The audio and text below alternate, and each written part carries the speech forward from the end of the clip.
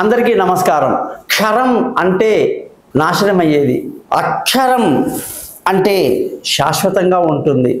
అలాగే శాశ్వతమైనటువంటి ఆత్మ జీవాత్మ గురించి ఒక రెండు మాటల్లో తెలుసుకుందాం. అధోనిష్ట వితస్త్యాంతే నాభ్యముపరి తిష్టతి.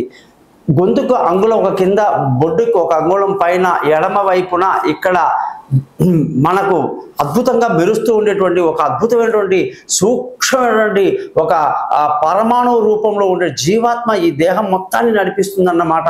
సూర్యుడు ఎట్లా ఈ మొత్తం భూమండలానికి విశ్వానికి వెలిగిస్తున్నాడో, ఈ చిన్న ఆత్మ ఏదైతే జీవాత్మ ఉందో దేహం మొత్తాన్ని ప్రకాశవంతంగా ఉంచుతుందన్నమాట. ఎప్పుడైతే ఇది బయటికి వెళ్ళిపోతుందో ఆ దేహం కుళ్ళిపోతుంది. ఒకే ఒక అణువంతా ఆత్మ ఇక్కడ పెట్టాడు భగవంతుడు.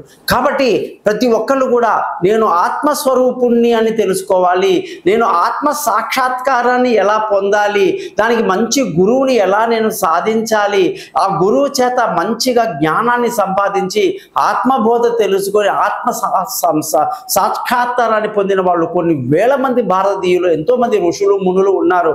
కాబట్టి మీరు కూడా ఆ విధంగా ప్రయత్నం చేయండి. మీ యొక్క ఆత్మశక్తిని, ఆత్మస్వరూపాన్ని మీరే తెలుసుకొని ఆశ్చర్యపోతారని తెలియజేస్తూ, మీరు గొప్ప శక్తివంతులని తెలియజేసుకోవాలని నా కోరిక. జ్యోతిషం కొరకు నన్ను కాంటాక్ట్ చేయండి. నమస్కారం. గోపాలయ్య.